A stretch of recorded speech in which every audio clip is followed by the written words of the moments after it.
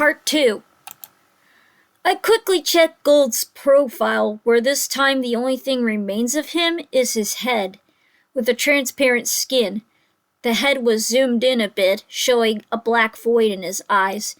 It now stated that he now has 40 badges. I then backed out and checked my Pokemon. They were all level 20 shiny unknown, which then spelled out and read no more. I was at what I now know is next to the end. There was apparently no music playing, but for some reason I still felt like something was there that could be heard. I was back in my room in Newbark Town. Maybe finally I'd get to play this game properly, but who am I kidding? I knew that sadistic fuck must have done something. I walked around my room to interact with things, as I am a bit afraid to go down the stairs to see what was awaiting down there. Note, I said walked, as while the background was moving, Gold was not moving his transparent limbs at all while doing so, just floating like those ghosts you see in Diamond and Pearl version. As expected, the radio, computer, and TV did not work, so I had no choice but to go down the stairs. I ended up in the same lower level room of my house. Everything appears normal, except Mom isn't home. After failing to interact with anything in this room, I decided to go outside. To my surprise, that door leading outside at the south didn't work, and instead I just walked straight through it to a void. I continued moving south to see what the fuck was going on. The house vanishes as I head south into the void. It was creepy as when I enter the void. The outline on Gold's transparent sprite turned white to contrast with the pitch black.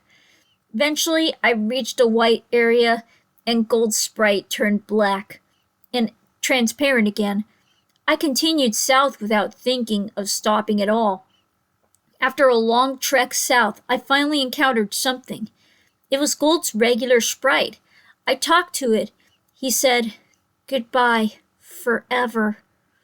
Notably with a space in between the forever and vanished. As that happened, it said, triple question mark used nightmare, which at that point, I would not deny that being possible. Gold did another escape rope animation, spinning slowly downwards like before. I'm now back in that small hollowed out room surrounded by graves earlier, or at least I say I was back there, as there's no sprite anymore. I tried to walk around, but nothing moved. Not even wall bumping noise. I checked my trainer profile with absolutely no Gold sprite left. It said I had 0 badges, and all the pictures of the Johto gym leaders at the bottom were replaced with skulls. I checked my Pokemon, which were all level 25 unknown. As expected, it spelled out a phrase that I dared to read. I'm dead. As soon as I went back to the overworld, the room I was supposedly in was then covered with the same blocks as the walls. I then figured out what exactly that room was when the final text was read, "Rest in peace," what RIP stands for.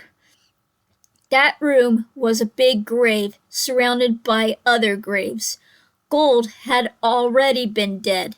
He died presumably after a few years after he defeated Red. He was a young trainer who, despite his efforts in collecting so many badges and attempts at becoming a Pokemon master, was still unable to avoid the inevitable fate of death, and his efforts were eventually forgotten by the next generation. I was unable to escape from the text, no matter what I pressed. I tried resetting the game and the same thing happened, at which I then finally decided to give up on that horrible nightmare. After that experience, I will never look at the gimmick unknown the same way again. They say that only the first generation have folk tales and legends, but the second generation have shown me how unpleasant the truth can be. I eventually enjoyed Soul Silver immensely, but I still can't unthink what that rigged game has told me. Well, that was my reading of Pokemon Lost Silver. I hope you enjoyed it. Are you creeped out? Are you scared? Well, there is a fan-made video game that is Aura.exe game based on Pokemon Lost Silver, and it contains the hidden route and a remake version called Lost Silver version 1.3, and it contains sort of like 3 different paths to choose from. This was made by Raid Maxwell, who worked on the game, but also is currently working on the Pokemon Ghost Black version of the game too. If you want to play Pokemon Lost Silver with all the different paths and the Easter egg Snow at Mount Silver, I dare you to play this game at your own risk, because you'll be traumatized for the rest of your life, and you probably will never look at the letters of the unknown the same way ever again. That was my reading. That was my video game reading of Pokemon Lost Silver. I hope you enjoyed it. If you like my reading, click a thumbs up, and if you like me to read more creepypasta stories like this, comment down below.